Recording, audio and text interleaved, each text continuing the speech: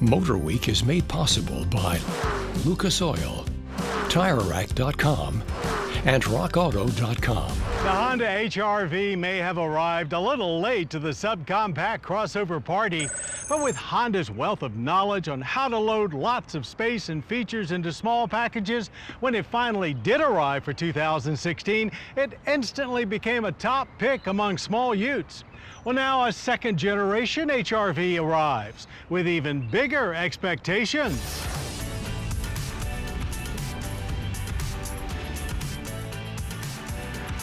What Honda has done with the second-generation 2023 Honda HR-V is essentially replace the awkward-looking, fit-based first-gen effort with a more traditional SUV shape that has much more in common with the larger but still compact CR-V. But as is usually the case when things go more mainstream, the HR-V has lost a few things along the way that made it unique. Primarily, its eminently practical rear magic seat, which has been replaced by a more familiar split folding design. We're less saddened by the rear door handles moving from the pillars down to a more familiar position on the doors. And I think we can all agree it's a much better looking design, though the rounded face keeps the overall vibe playful. Now actually based on the Civic, this HR-V is 9.4 inches longer than before, with 1.7 inches of additional wheelbase. Along with being 2.6 inches wider, LED headlights are mounted about as high as can be. That more SUV shape means an extended roofline and more practical cargo space. But there's still enough rear rake to give it a hatchback feel.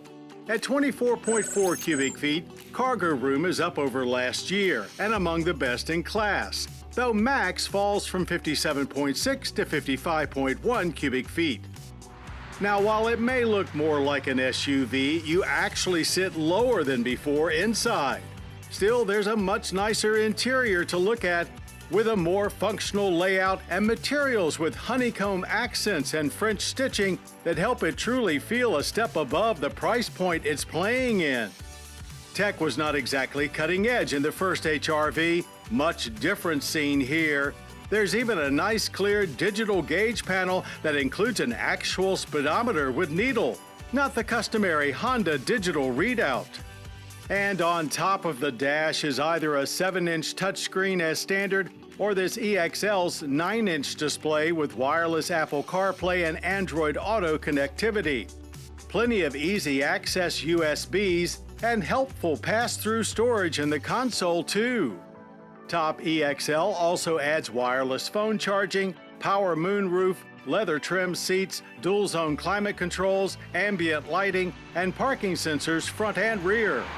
Front seats are wide and comfy, and while the rear seats no longer perform magic tricks, your mother-in-law will appreciate that they are now much more comfortable than before.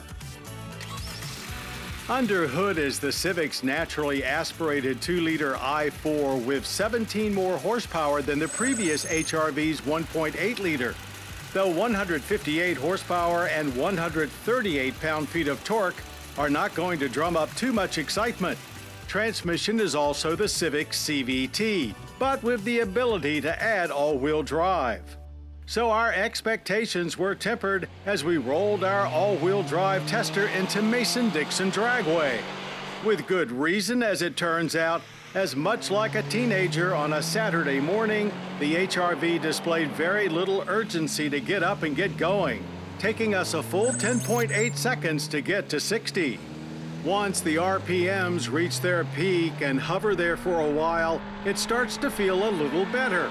But a quarter-mile time of 18.1 seconds at 80 miles per hour puts this fully in the safe and steady category.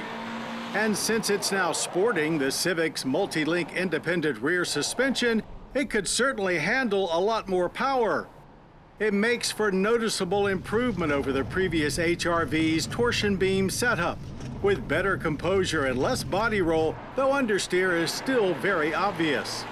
Panic braking stops from 60 happened in just 113 feet.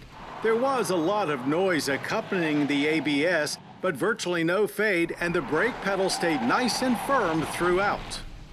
But the biggest improvements of all were felt away from the track, where that new suspension delivered a much more civilized ride, and an expansive greenhouse gave great visibility all around. Government fuel economy ratings with all-wheel drive are 25 city, 30 highway, and 27 combined. So our 27.3 miles per gallon average with regular fuel was right on. Strictly average, though, for the energy impact score. 11 barrels of oil annually consumed with 5.4 tons of CO2 emitted. Pricing starts at just $24,895 with all-wheel drive a $1,500 option, which puts you just over $30,000 for a top EXL with AWD. Not bad at all these days. There may be more civic and less fit in this 2023 Honda HR-V, but that actually makes it a better fit for most small families and young couples on the go who want a small utility vehicle to live their young, active lifestyle lives to the fullest.